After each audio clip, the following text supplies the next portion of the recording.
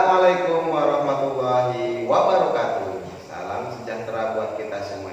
Hai anak-anak, apa kabar? Semoga kalian selalu dalam keadaan sehat. Kembali lagi dengan saya, Dr. Said SPD, guru kelas 5. Sebelum pelajaran kali ini, mari kita berdoa menurut agama dan kepercayaan masing-masing. Berdoa dimulai. Berdoa selesai. Baiklah anak-anak, pada kesempatan kali ini kita akan membahas organ gerak hewan dan manusia, kelas 5, tema 1, subtema 1, semester 1. Salah satu ciri dari makhluk hidup adalah bergerak. Secara umum, gerak dapat diartikan berpindah tempat atau perubahan posisi sebagai atau seluruh bagian dari tubuh.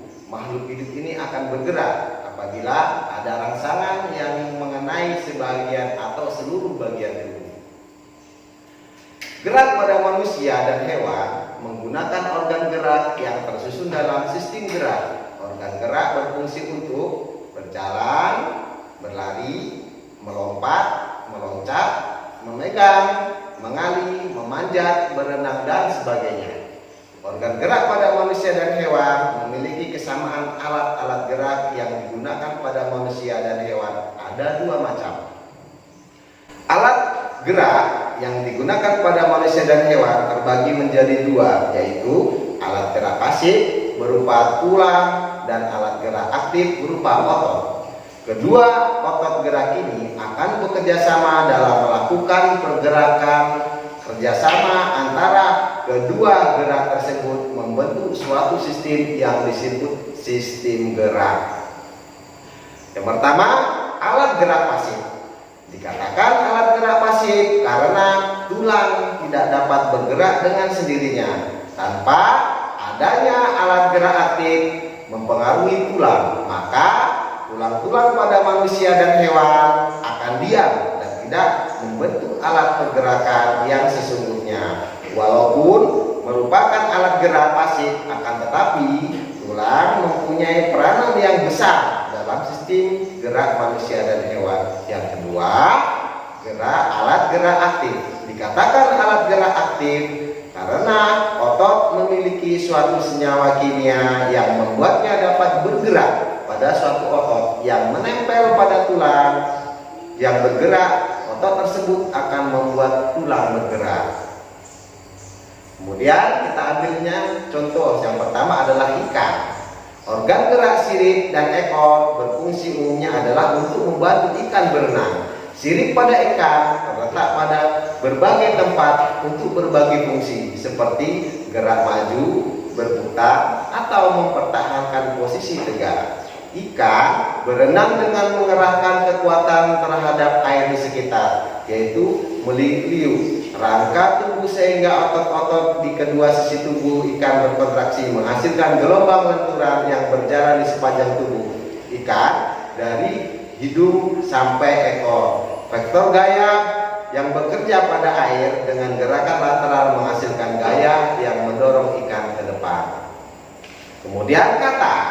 Tungkai kaki. Katak memiliki tungkai belakang yang jauh lebih besar daripada tungkai bagian depan.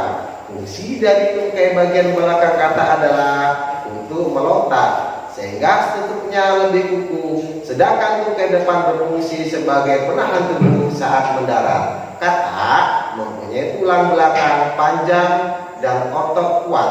Oleh karena itu, katak dapat melompat dengan tinggi. Selain itu, katak juga mempunyai selaput renangnya yang memberikan tekanan kuat saat katak berada dalam air sehingga katak dapat bergerak.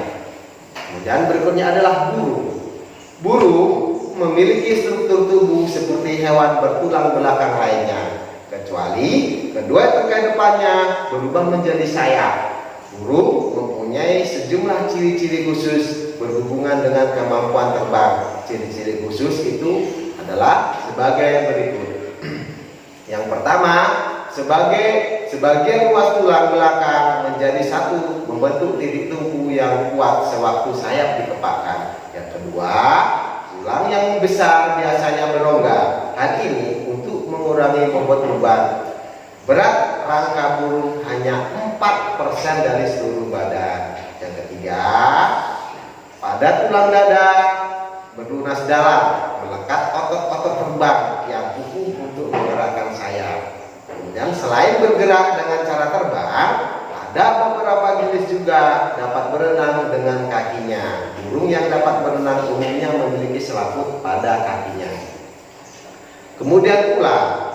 Pada ular, gerakan terjadi saat rangka tubuh meliuk-liuk ke kiri dan ke kanan. Gerakan ini dikenal sebagai lokomosi. Berkelok-kelok bagian samping tubuh ular bertumpu pada bagian permukaan yang tidak rata, dan bila ayunan gelombang sampai ke belakang, ular akan meluncur ke depan dengan sisi licin yang menutupi perutnya. Kemudian berikutnya adalah kadal. Golongan reptil, misalnya kadal, mempunyai perkembangan yang baik pada rangka bagian tungkai. Begitu pula dengan jenis cicak. Struktur telapak kaki cicak memiliki bantaran kaki perekat sehingga memungkinkan gerakan memanjat dinding dan berlari di langit-langit secara terbalik. Berikutnya adalah kambing. Kaki pada kambing digunakan untuk berjalan, berlari, melompat. Dengan keempat kakinya, kambing akan dapat bergerak ke sana kemari untuk mencari makanan.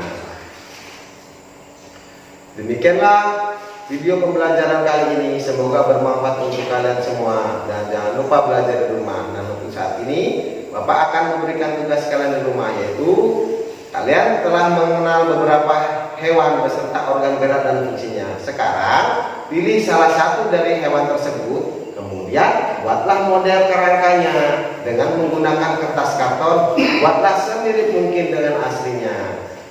Jadi pertemuan kali ini Bapak akhiri dengan Assalamualaikum warahmatullahi wabarakatuh.